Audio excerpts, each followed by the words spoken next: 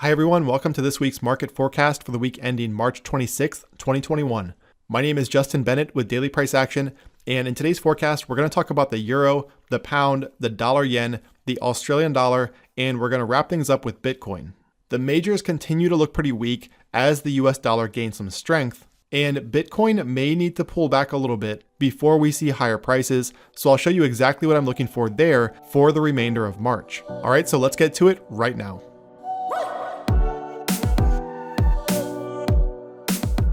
A quick disclaimer that today's video is for educational purposes only. All views are my opinion and are not intended as investment advice. Forex is a high reward, high risk business, and you should not trade with borrowed money or money you cannot afford to lose. See the description of this video for the full disclaimer. So first up we have the EURUSD, and the euro has looked pretty weak against the US dollar over the last few weeks. So you can see here on the weekly chart, we have this 119.50 level, and I've talked about this area previously, how it served as resistance back here. It was essentially the range top through this sideways consolidation, and the pair broke above it, saw as high as the 123 area before we had this slow decline. Now it lost 119.50 right here on this close, and ever since that time, 119.50 has served as resistance. So from here, as long as 119.50 stays intact as resistance, I do think there's a good chance we could see a lower EURUSD over the coming days and perhaps weeks. We may even see a retest of that 116 area, which was range support from late last year. Now, the alternative to this would of course be a weekly close back above 119.50. So if we were to see this week, or really any week, close the week back above this area, that could send the EURUSD higher back toward 123. But given what I'm seeing from the rest of the market, I wouldn't be at all surprised to see the EURUSD lose some ground over the coming weeks and retest some lower support levels. And the reason I'm looking at the weekly chart and not the daily is simply because the daily chart is very choppy. So there's not a lot happening here. It's very hard to read the daily time frame. Now, you could make a case for a descending channel based on some of these highs back here and the lows, but the problem is even this gets pretty messy. You could connect it with this one down here, and we may have a descending channel here, but again, notice how it doesn't even connect with this low or this one. Now, this could have been a false break, so if we move it up here, this could have been a false break down here, but if it were, you would expect the EURUSD to climb higher, and instead, it has just gone sideways and even lost some more ground last week. So the daily time frame is pretty messy. In my opinion, the best way to look at this right now is just the weekly and keeping it simple.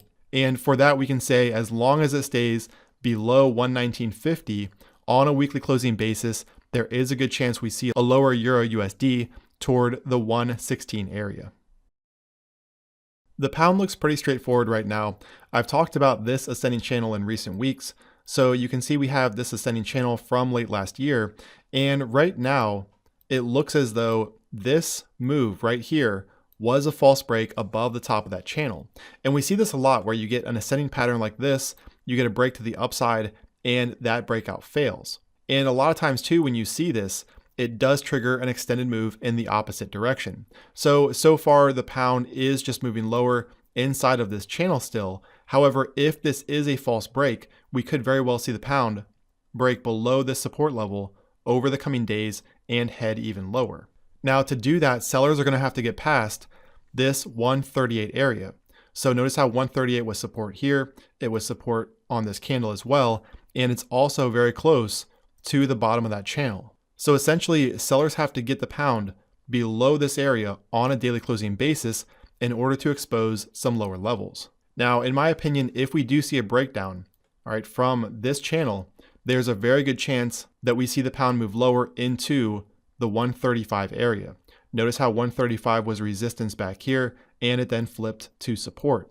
Now, there could be some other key levels in here as well, including this area right through here. So notice how we have these highs back here, and then we have these lows. The pair never closed it on this candle, and then this low through here. So really, I would say this area right between 134.50, all right, and 135.80.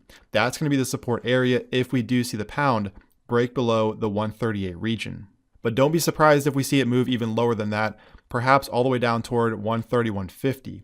Again, this has been a key level for some time. It was resistance, support through this area, support again. All right, so the area between 134.50 and 135.80 would be the first support area to keep an eye on if we do see a breakdown, followed by 131.50. But first, sellers have to get below 138 on a daily closing basis. And if we do see the pound move higher before that, we could see resistance right around that 134 handle. Looking at the monthly time frame of the dollar yen, I spoke about this last week. I made a video for members. You can see where this 101 area, I've mentioned this area before, where it was resistance all the way back here in 2013.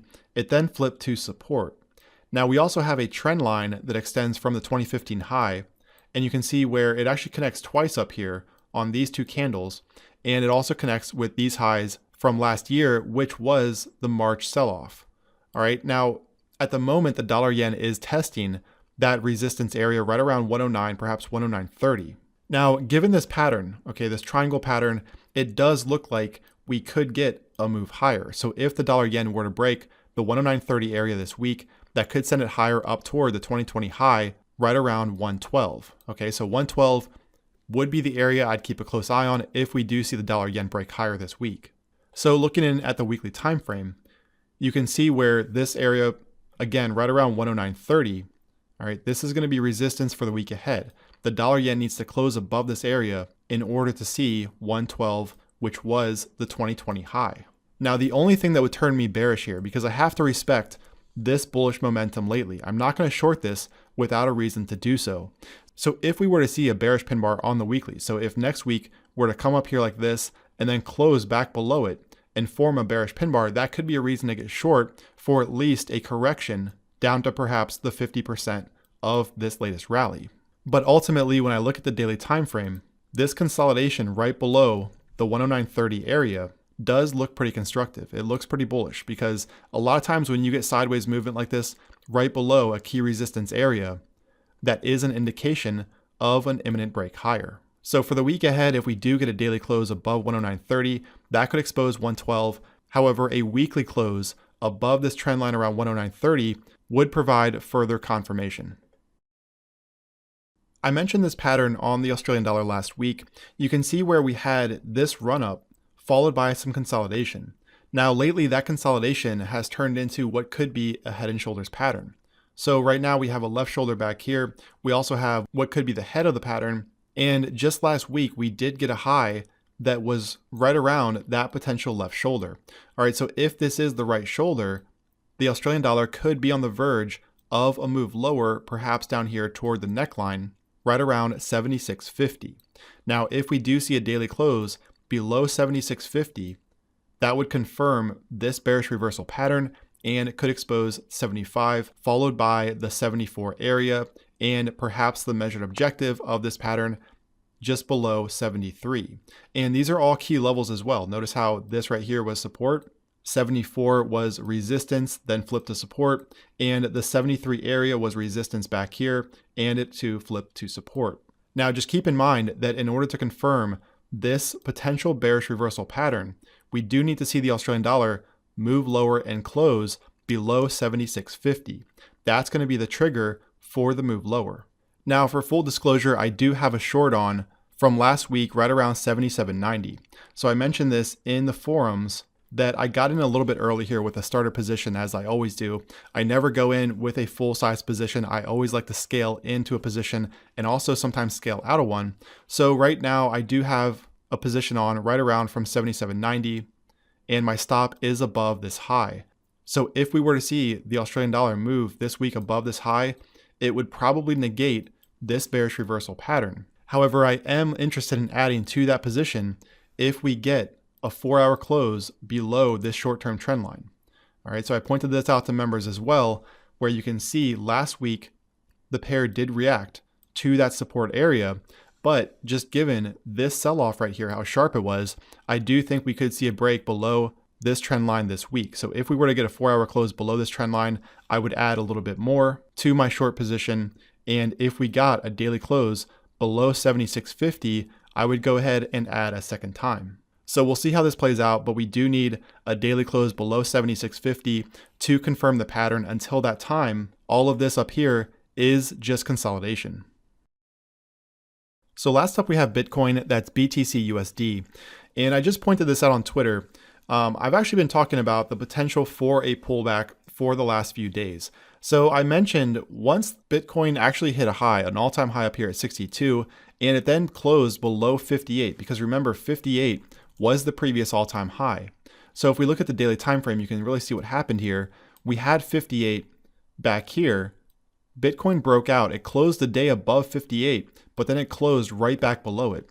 And ever since, it has really struggled through this area. So while a lot of people were looking for a breakout, a bullish breakout from this pattern to move higher this week, I do think that there's a good chance we see Bitcoin pull back and actually move lower.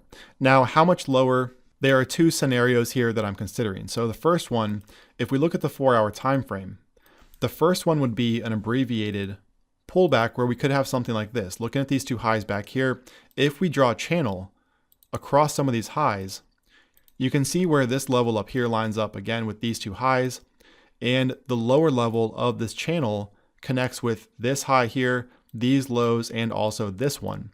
So an abbreviated pullback could mean something just down here toward the 51, maybe 52 area. And that also lines up with a key horizontal level. All right, 52 has been critical over the last few weeks. So we could get something like that before we see a bounce back toward 58 and perhaps a bullish breakout from there. However, the stock market does look shaky right now. I mentioned this too on Twitter last week, where we did have a breakdown on the S&P.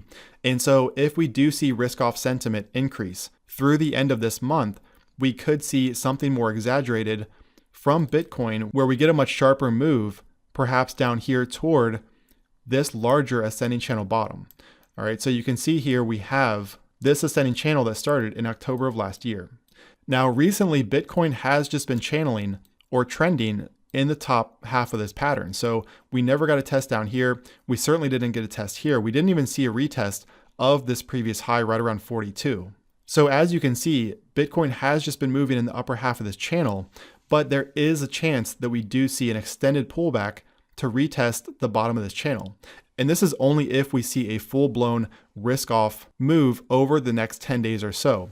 If this is going to happen, I do think it happens by the end of March, because if you look at this, the intersection of that key horizontal level and the trend line is right here at the end of March, right around March 30th, March 31st. So what I think could happen if we do see risk-off intensify, we could see a move down here into the 42 area, and then on April 1st, we get that big green candle and start to move higher again. So that's just one scenario. Of course, nobody knows what's going to happen. What it's going to come down to as well is where today closes. So if today were to close below this $57,000 area, all right, that's going to be key. Again, if we look at the 4-hour time frame, you can see where we had a breakdown from this trend line just above 57. So this trend line has been critical, and we did get a break this morning. So it's going to be a matter of whether or not Bitcoin stays below this 57,300 area, or if we get a close back above it. Of course, if we close the day back above this area, that could be an indication that Bitcoin wants to move higher and we won't get much of a pullback at all. However, if this area holds and we do see Bitcoin move lower over the next day, that could signal at minimum a pullback toward the 52 area and perhaps even 47 and maybe even that 42 area, as I just explained, that does line up with the end of this month.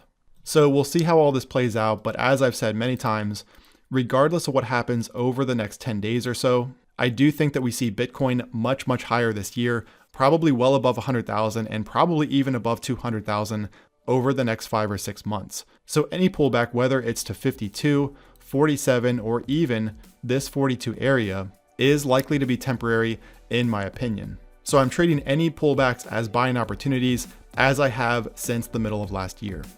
If you enjoyed this video, give it a thumbs up, leave your comment below, and be sure to subscribe to my channel. See you next time.